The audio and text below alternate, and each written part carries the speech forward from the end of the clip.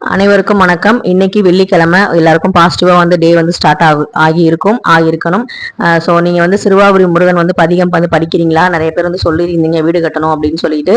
அதை வந்து உண்டியல் எல்லாம் வந்து காணிக்க வந்து சேர்த்துட்டு வரீங்களா அப்படிங்கிறத மறக்காம கமெண்ட்ல சொல்லுங்க. இன்னைக்கு வெள்ளிக்கிழமை, நேற்று வியாழக்கிழமை வந்து பாத்தீங்கன்னா லட்சுமி குபேர பூஜை என்னால பண்ண முடியல.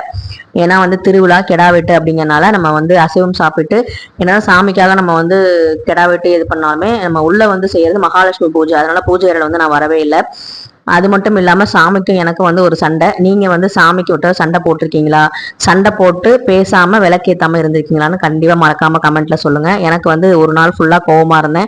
அதனால நான் பூஜை ரூம் கதவை வந்து நான் திறந்து நான் போய் சாமியை போய் பார்க்கவே இல்லை.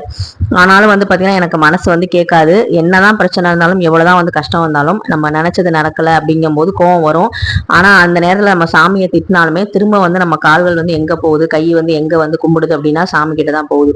நேற்று ஃபுல்லா கும்பிடாம இருந்ததே வந்து மனசு கஷ்டமா இருந்துச்சு. அதனால வந்து தேர் திருவிழால வந்து அம்பாள் உட்காந்துருக்கும் போது கூட நான் வந்து அவங்கள திட்டிக்கிட்டே தான் இருந்தேன்.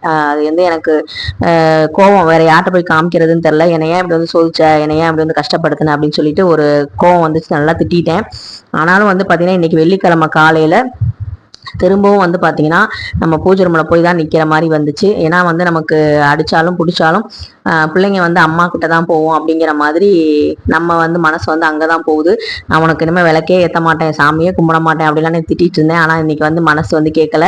காலையிலே வந்து பாத்தீங்கன்னா பூஜை ரூம் போயிட்டு லட்சுமி குபேர பூஜை நேற்று பண்ணல, அது வந்து இன்னைக்கு பண்ணலாம்னு சொல்லிட்டு லட்சுமி குபேர கோலம், லட்சுமி குபேர அந்த எந்திர எண் இதெல்லாம் வரைஞ்சி கோலத்துல வரைஞ்சி நான் வந்து பூஜை பண்ணியிருந்தேன்.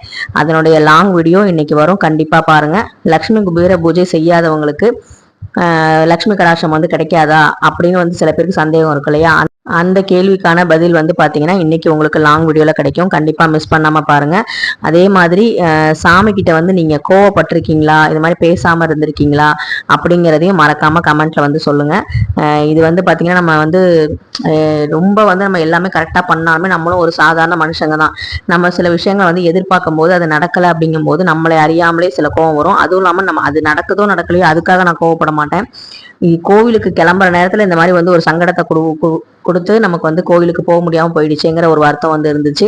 ஸோ அந்த மாதிரி விஷயங்கள்னாலதான் வந்து நான் வந்து பாத்தீங்கன்னா கோவப்பட்டேன். ஸோ நீங்க எதுக்காக சாமி கிட்ட சண்டை போட்டிருக்கீங்க, அந்த சண்டையை வந்து நீங்க எப்படி சமாதானப்படுத்திருக்கீங்க அப்படின்னு சொல்லுங்க. நான் வந்து காலையில நல்லா வந்து பூக்கள் மல்லிகை பூலாம் போட்டு நல்லபடியாக வந்து சூடம் சாம்பிராணி எல்லாம் காமிச்சு நல்லபடியாக வந்து விளக்கேற்றி சாமி கும்பிட்டேன். அதுவும் வந்து பார்த்தீங்கன்னா மனசுக்கு வந்து கொஞ்சம் சந்தோஷமா இருந்துச்சு. இனிமேல் வந்து கரெக்டாக வந்து பூஜை பண்ணுறேன் அப்படின்னு சொல்லி சமாதானப்படுத்த